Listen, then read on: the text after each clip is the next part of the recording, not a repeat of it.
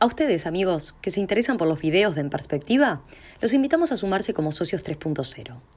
Queremos que nuestros servicios digitales sigan abiertos a todos, pero para que eso sea posible, es necesario contar con un pago mensual de aquellos que puedan hacerlo.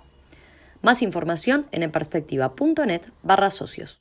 Las empresas familiares son una pieza fundamental del motor de la economía. Las hay pequeñas, medianas y grandes. En Uruguay representan el 80% del total. Se estima que en nuestro país las empresas familiares son responsables por el 50% del Producto Bruto Interno, una proporción similar a la que se da en varios países del mundo. En España, por ejemplo, tienen un peso mayor aún. 89% de las empresas son familiares y su actividad contribuye con el 57% del producto. ¿Cómo son estas empresas? ¿Qué desafíos enfrentan? ¿Cómo hacen para subsistir a lo largo de las generaciones? Vamos a charlar de estos temas en los próximos minutos y para eso estamos con el licenciado Jesús Casado, español, director general adjunto del Instituto de la Empresa Familiar de España y además secretario general de la Federación Europea de Asociaciones de Empresas Familiares. Profesor Casado, buen día, bienvenido. Buenos días, muchas gracias. Lo saludo también a Omar Paganini, que es director de UCU Business School, la Escuela de Negocios de la Universidad Católica. Ya veremos por qué él está acá. Buen día también, ¿eh? Buen día, Emiliano. Buen día a la audiencia. Una primera precisión a propósito del Instituto de la Empresa Familiar de España. Es una entidad sin fines de lucro, ¿no? Correcto. ¿A qué se dedica? El instituto fue fundado en 1992 en España porque en aquel momento no había una entidad que representara los intereses de las empresas propiamente privadas. De hecho, inicialmente no se sabía cómo llamarlo, se pensó llamar Instituto de la Empresa Privada, finalmente se optó por llamarlo Empresa Familiar, porque realmente había unas empresas que no estaban representadas dentro del tejido. Eso en primer lugar. Y en segundo lugar, había unos retos fundamentales de estas empresas. El objetivo fundamental era ayudar a la transición generacional, ayudar a que estas empresas pudieran de la mejor forma llegar a traspasar los activos de la empresa a la siguiente generación, que en aquella época en España estaban muy fiscalmente penalizados. Ajá. Y uno de los objetivos que tuvo la asociación era convencer al gobierno de que con ese sistema fiscal muchas veces muchas empresas tenían que llegar a tener que ser vendidas para poder efectivamente tener que pues pagar los impuestos a la hacienda pública. Yo dije que además el profesor Casado es secretario general de la Federación Europea. Correcto. De Asociaciones de Empresas Familiares. Una institución que en este caso representa a 9.000 empresas. Correcto. Y ese dato habla de la importancia que tienen este tipo de compañías en toda la región, en Europa. La Federación Europea se fundó un poco tiempo después y realmente el objetivo era representar la voz de la empresa familiar en el seno de la Unión Europea, porque allí realmente desde hace ya 40 o 50 años la Comisión Europea solo habla de pymes, de pequeña y mediana empresa, y no se hace eco de los problemas específicos de la empresa familiar. Fue por lo cual algunas de las asociaciones europeas más importantes, como la alemana, la italiana, la francesa y la española, decidieron fundar esta asociación, que realmente es una federación de asociaciones, con el objetivo de trasladar los mensajes a la Comisión Europea y al Parlamento Europeo de que la empresa familiar tiene que ser tenida en cuenta y de que tienen problemas específicos que si se focalizan exclusivamente en la visión de la pyme como pequeña y mediana empresa por tamaño, realmente no se les da una solución adecuada.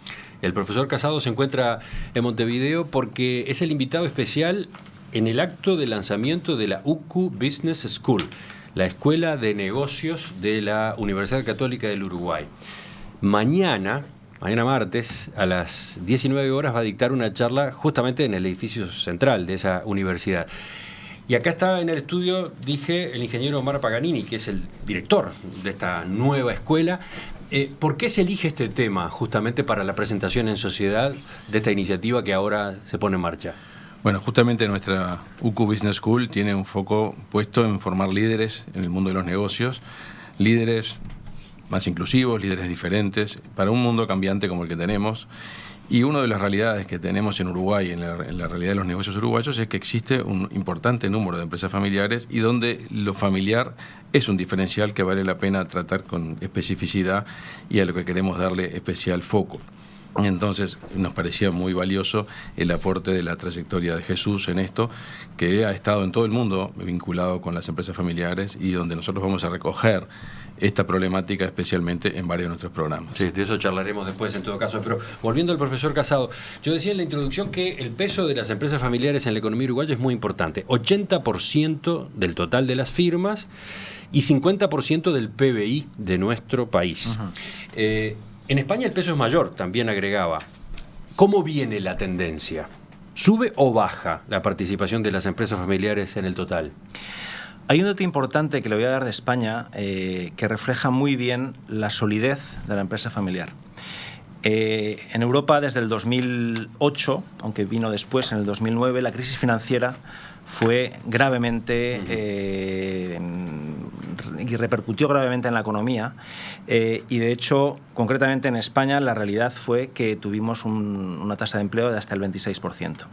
Pues bien, hemos hecho un estudio en el Instituto de la Empresa Familiar que refleja que desde el 2008 al 2018 las empresas familiares han o mantenido o creado empleo frente a las multinacionales no familiares que han destruido empleo en esa misma época. Esto refleja los valores de la empresa familiar y el arraigo que tiene la empresa familiar en las comunidades donde está, porque les cuesta mucho más despedir y deslocalizarse de un sitio a otro. Y por tanto, respondiendo a su pregunta, yo diría que la empresa familiar está de subida. Está de subida porque precisamente, incluso ya en esta época en la que la economía parece que va estabilizándose, la empresa familiar no solo se mantiene, sino que está creciendo. ¿Hay diferencias en los desafíos, los problemas, las oportunidades de las empresas familiares de país a país? ¿O hay algunos grandes puntos que son comunes? Yo diría que cada empresa familiar es diferente. Pero, sin embargo, decía Tolstoy que todas las familias felices son iguales, todas las familias infelices lo son cada una a su manera, ¿no? ¿Y eso cómo se aplica acá? Eso se aplica a que todas las empresas familiares que funcionan bien por alguna razón. Y eso es común. Y todas las familias y todos los retos a los que se enfrentan son también comunes. Es decir, una empresa familiar japonesa y una alemana, solo por el hecho de ser familiar, tiene unos problemas específicos que son comunes. La transición generacional, es decir, el paso de una generación a otra, eso es común en todas las empresas familiares del mundo y en todas las empresas familiares de todos los tamaños y de cualquier tipo de estructura de propiedad, sean 100% privadas o incluso que sean públicas y estén en bolsa.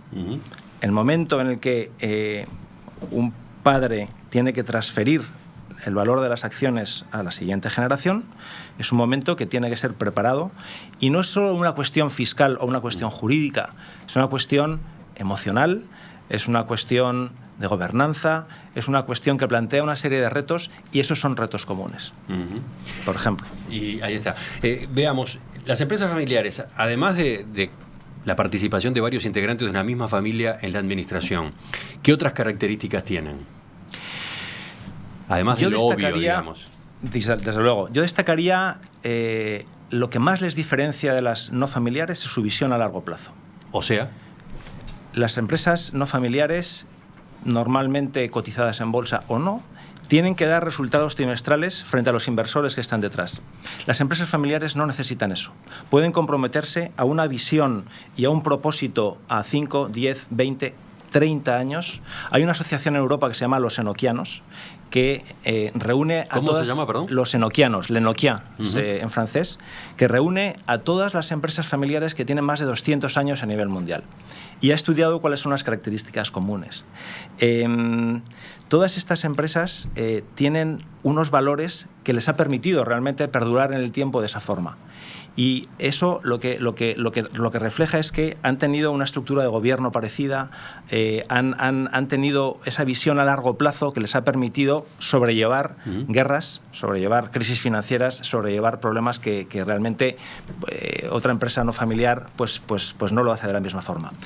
Otra característica fundamental, y me refería brevemente antes, es el arraigo con la comunidad local en la que viven. Me decía el otro día un empresario alemán que vive en una ciudad media en Alemania, tiene 3.000 empleados, decía, yo no puedo despedir, no solo a 3.000, no puedo despedir a 500 personas y seguir viviendo en esa ciudad.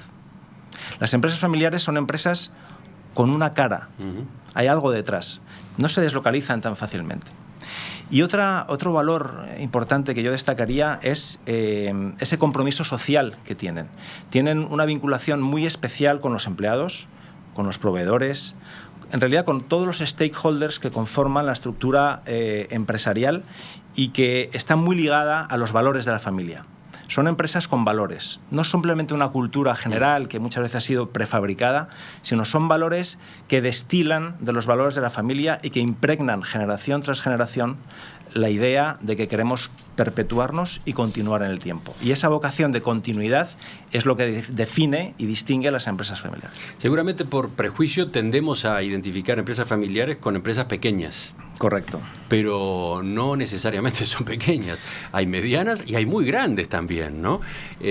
¿Podemos mencionar algunos ejemplos para que el oyente se ubique? Sin duda, creo que todo el mundo habrá oído hablar de Walmart, por ejemplo. Es una empresa que todavía la familia Walton pues sigue muy presente. Samsung, BMW, son todas empresas. Inditex en España, por ejemplo, es la empresa más importante. Inditex, recordemos, Zara, ¿no? Massimo Dutti, etc. La familia, incluso cuando estén cotizadas en bolsa, la familia sigue teniendo un peso muy importante y, de acuerdo con la definición europea, basta tener un 25% del valor de las acciones, es una mayoría relativa, no es una mayoría simple, pero sí que es una mayoría que permite controlar la empresa, incluso cuando está en bolsa, y eso la categoriza como empresa familiar. ¿Y cambia algo según la escala? En ese concepto de empresa familiar, ¿qué diferencias aparecen entre una pequeña y un gigante? Eso sí que es cierto que las grandes tienen una problemática por ser grandes distintas de las pequeñas. Una estructura de gobierno de una grande no tiene nada que ver con una estructura de gobierno de una pequeña. Las relaciones con los inversores multinacionales de una grande no tienen nada que ver con la estructura de una pequeña. Pero, sin embargo, sí que hay cosas en común. Todas te tienen que plantear una estructura de gobierno, todas se tienen que plantear el paso a la siguiente generación. Todas tienen una vocación de continuar y para ello algo tienen que invertir en innovación, algo tienen que profesionalizar, algo tienen que pensar en una pequeña internacionalización, a lo mejor. Tienen que plantearse esos retos, pero la dimensión y la escala es absolutamente diferente. Y la complejidad de los problemas, evidentemente, cuanto mayores son, más complejos son los problemas. Sí, uno de los principales desafíos de una empresa familiar es la gestión, ¿no? Correcto. Y sobre todo definir las responsabilidades y los ámbitos de toma de decisiones. Cómo salir de lo voluntarista en esa materia, ¿no? O de lo emotivo, ¿no? Sí, sí. ¿Qué puede decir en torno a este aspecto en particular? Por mi experiencia, conforme las empresas familiares adquieren mayor complejidad dentro de la estructura familiar, es decir, pasan generaciones a la tercera, a la cuarta, a la quinta generación, la profesionalización de la gestión se suele encomendar a no familiares. ¿Por qué? Porque cada vez hay más familiares entre los cuales elegir, muchos más familiares válidos, y muchas veces el riesgo de poner en conflicto las distintas ramas familiares no compensa frente a la elección de un buen profesional externo que pueda realmente llevar las riendas de esa familia y que, bajo el gobierno de una empresa, pueda realmente recibir las instrucciones, recibir los valores, recibir la cultura y tomar las riendas para llevar esos compromisos a largo plazo. De hecho, Inditex, por ejemplo, tiene un directivo externo que ha sido nombrado el mejor CEO del mundo, Pablo Isla, y es una empresa naturalmente familiar, es una empresa grande que ha optado por tener una profesionalización de una persona externa que no forma parte de la familia. ¿Pero esto está absolutamente claro en el mundo de las empresas familiares? No. La experiencia indica que es lo más sano, pero no Sí. está claro, ¿no? Y me imagino que hay muchas empresas que llegan a esta conclusión a los tropezones, después de haber cometido varios errores, ¿no? Eso es cierto. De hecho, la tendencia natural, por siglos, en muchas familias, pues era nombrar directamente al hermano mayor. Ujú. Al hermano mayor, independientemente de que el hermano mayor pudiera ser el más capacitado. Pero pues la estructura de derecho civil que durante muchos años ha primado en el mundo es el legítimo heredero, pues tenía que ser el hermano mayor. Y además hermano, no hermana, ¿no? Entonces ha habido... Encima de eso. Pues si era mujer, pues realmente no contaba, ¿no? Esto está cambiando. La realidad de hoy acepta e incluso apoya el desarrollo, por ejemplo, de la mujer. Yo conozco cada vez más directivas, CEOs mujeres, y gracias a Dios, porque creo que es un complemento importantísimo que falta en el mundo de los grandes directivos. Y en el mundo de la empresa familiar, de hecho, hay datos que confirman que se da más oportunidades a las mujeres que en el mundo de las empresas no familiares. Eso es un dato importante. Y respecto a la elección de un heredero de la familia o bien un externo, sí que cuanto más grande es la familia y cuanto más generaciones pasan, hay una mayor tendencia a elegir a un externo. Cuanto más pequeña es la empresa y estén ya solo en la primera o segunda generación, vemos que realmente no se toma tan en serio la profesionalización para buscar a lo mejor a alguien externo. Seguimos. Sigamos hablando de las empresas familiares. Uno de los momentos de mayor tensión en una empresa familiar se produce durante un relevo generacional, ¿no? O cuando un integrante ingresa, otro sale. ¿Cómo es eso? ¿Qué podemos, así en general, decir sobre ese desafío? Ese desafío no es un momento, es un proceso. Y esa es la distinción fundamental para realmente concebirlo de una forma adecuada. Es un proceso que dura entre 10 y 15 años. Por eso la recomendación fundamental que yo suelo hacer a una empresa que se quiere plantear ese momento es: empiecen a hacerlo desde el primer momento en que ya tienes un hijo. ¿Cómo es eso? La idea es que muchas generaciones no se quieren plantear el momento de la sucesión porque implica aceptar que en un momento dado no vamos a estar aquí. Implica enfrentarse a la muerte. Ajá. Ivan Landsberg, uno de los grandes expertos mundiales de este tema, habla de la conspiración del silencio. Nadie quiere plantear el tema. Y por tanto la iniciativa tiene que surgir de forma responsable del líder de la empresa, que acepta que en algún momento no va a estar y que por tanto tiene que preparar las cosas para que cuando él no esté. Porque el no hacer nada es realmente el principal indicador del fracaso de la transición generacional. Fracaso porque es un momento muy complejo donde hay cuestiones jurídicas, fiscales, emocionales, de gobierno. ¿A quién vas a dejar la empresa? Tienes que nombrar un sucesor. Ese sucesor va a ser de la familia, va a ser de fuera de la familia. Veía números según los cuales solo el 33% de las empresas familiares pasa de la primera a la segunda generación. Uh-huh.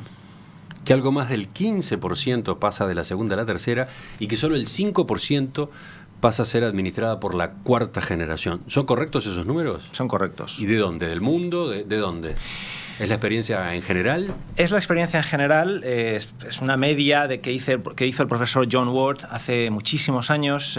Lo único que ocurre es que este dato se ha tomado como prácticamente la Biblia en los datos de la transición generacional, y fue un estudio que yo además conozco muy bien al profesor Ward, hizo en la Universidad de Wisconsin con unas 250 empresas, y él nunca consideró que iban a ser los datos a nivel mundial, pero como era, y ese ha sido el gurú muchos años de empresa familiar, esos datos se han considerado como bueno, los datos que todo el mundo utiliza.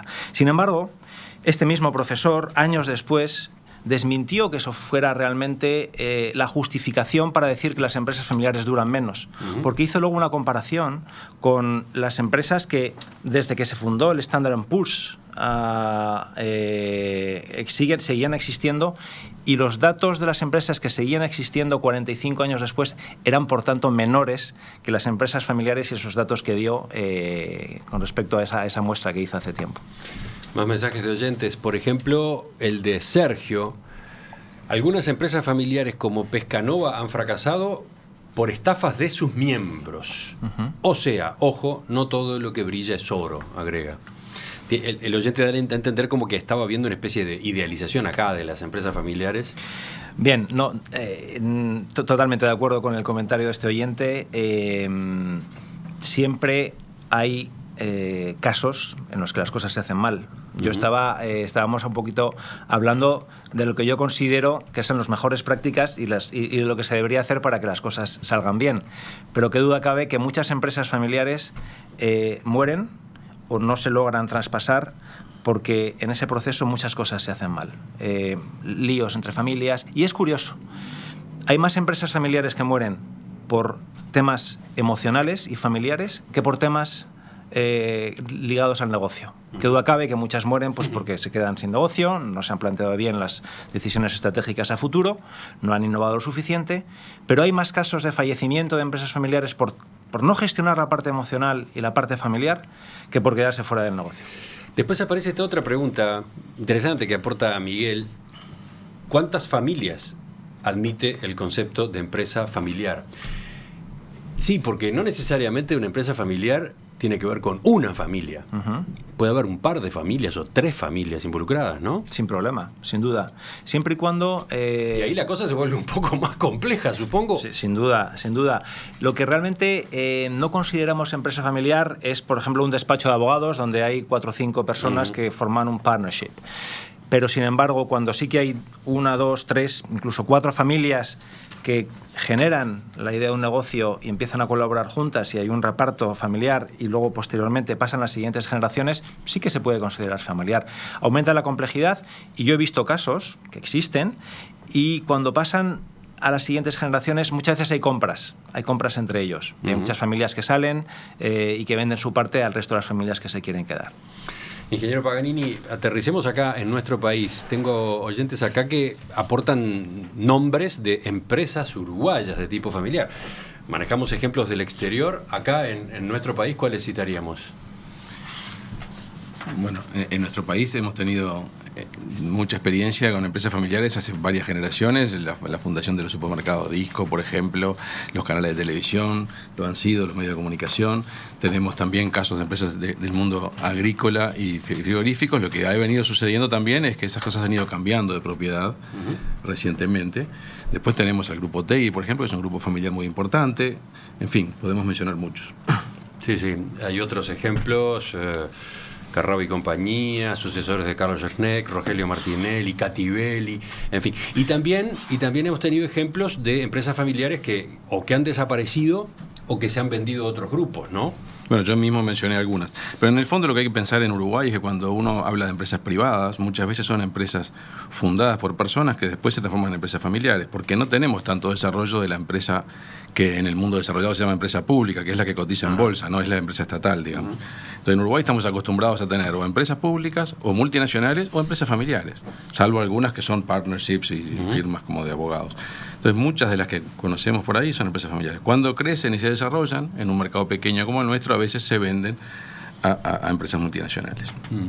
Entonces, desde el punto de vista de la Universidad Católica y su nueva escuela de negocios, ya vimos por qué el interés en este asunto, pero ¿qué es lo que ustedes se proponen ofrecer?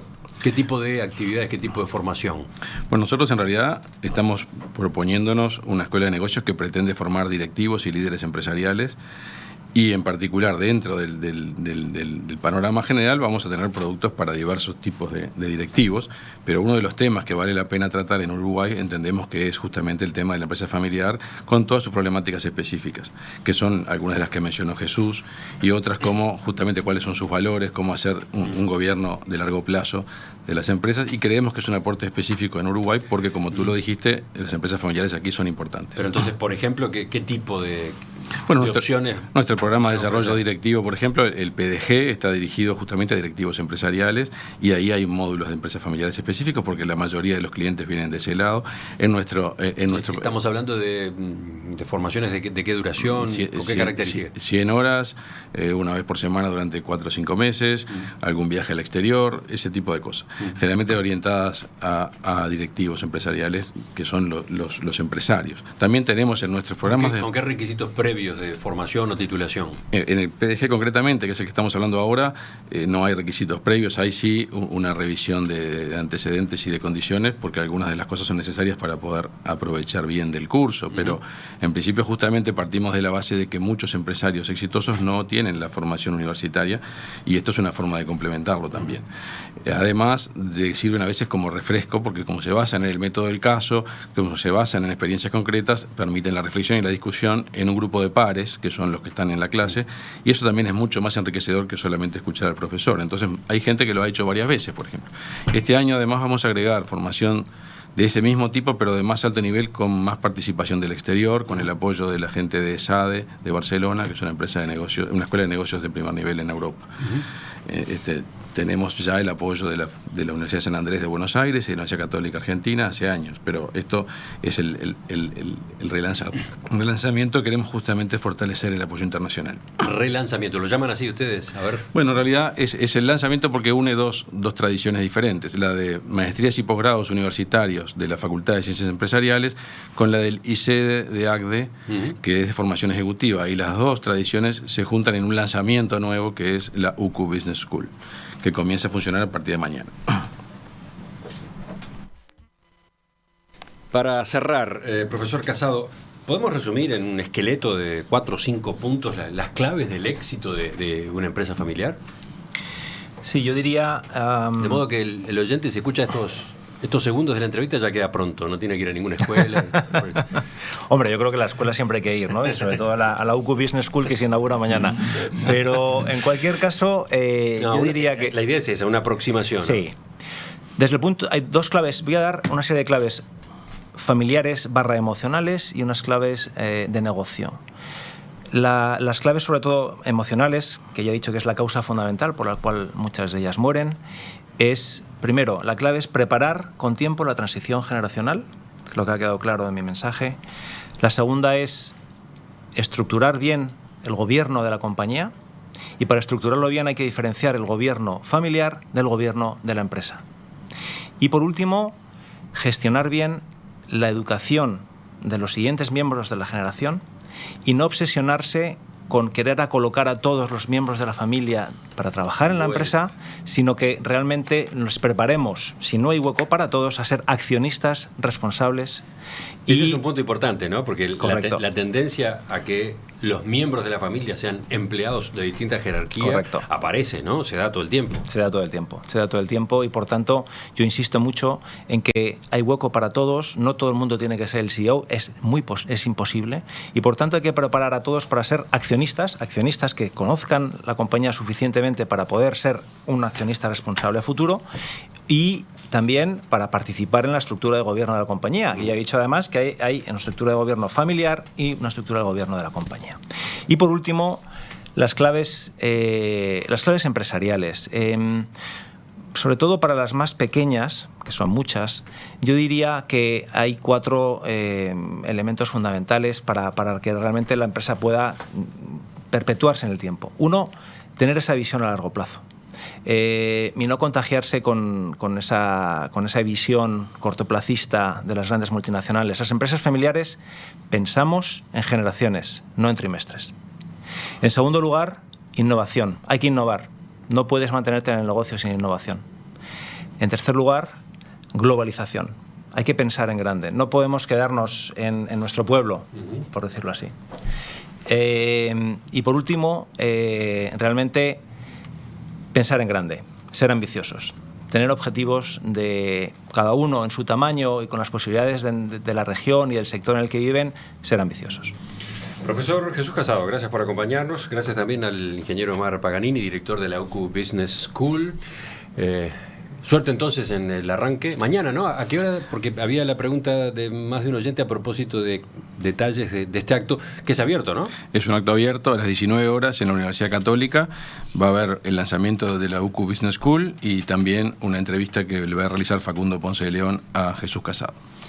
Nos reencontramos en cualquier momento, ¿eh? Perfecto, un placer. Muchísimas gracias. Ya continuamos. Damos paso a la mesa de este lunes.